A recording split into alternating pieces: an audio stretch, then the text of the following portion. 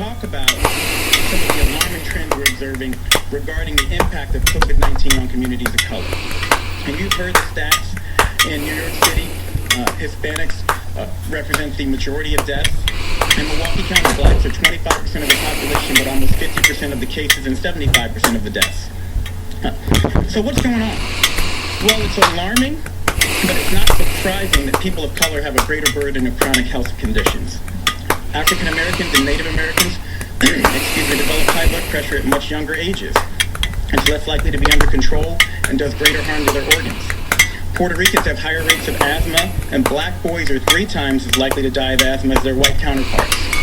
As a matter of fact, I've been carrying around an inhaler in my pocket for 40 years out of fear of having a fatal asthma attack.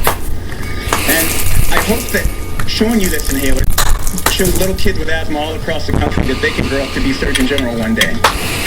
But I more immediately share it so that everyone knows it doesn't matter if you look fit. If you look young, you are still at risk for getting and spreading and dying from coronavirus. The chronic burden of medical ills is likely to make people of color, especially, less resilient to the ravages of COVID-19, and is possibly, in fact likely, that the burden of social ills is also contributing. Social distancing and teleworking, we know, are critical, and you've heard Dr. Brooks and Dr. Fauci talk about how they prevent the spread of coronavirus, yet only 1 in 5 African Americans and 1 in 6 Hispanics has a job that lets them work from home.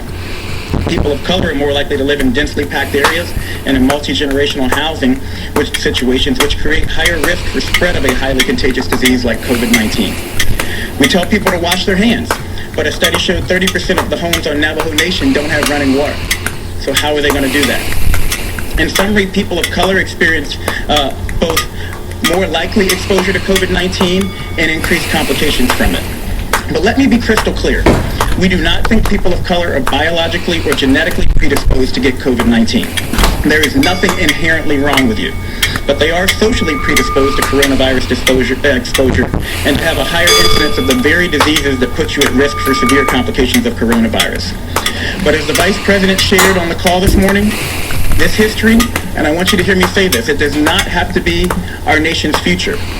We're taking steps now in the midst of the COVID-19 pandemic to reach, protect, and strengthen all communities impacted by this disease, and especially our communities of color. More details will be forthcoming, but we are actively working, as the Vice President and the CDC Director laid out today, data collection, targeted outreach to communities of color, and increasing financial, employment, education, housing, social, and health supports so that everybody has an equal chance to be healthy. And I want to close by saying that while your state and local health departments and those of us in public service are working day and night to help stop the spread of COVID-19 and to protect you regardless of your color, your creed, or your geography, I need you to know you are not helpless. And it's even more important that in communities of color, we adhere to the task force guidelines to slow the spread. Stay at home if possible.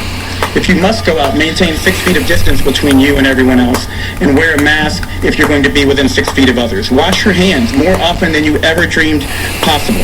Avoid alcohol, tobacco, and drugs. And call your friends and family.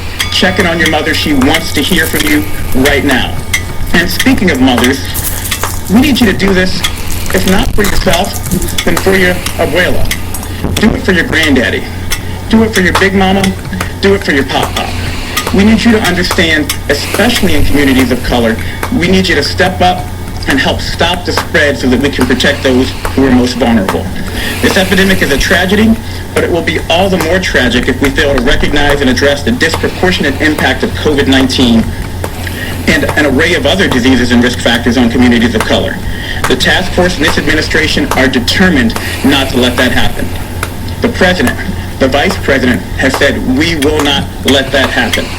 We can't fix these issues overnight, but I promise you we will work with your communities to quickly and meaningfully move the needle in the right direction. Nothing less than the fate of our families and friends, my family and friends, depends on it.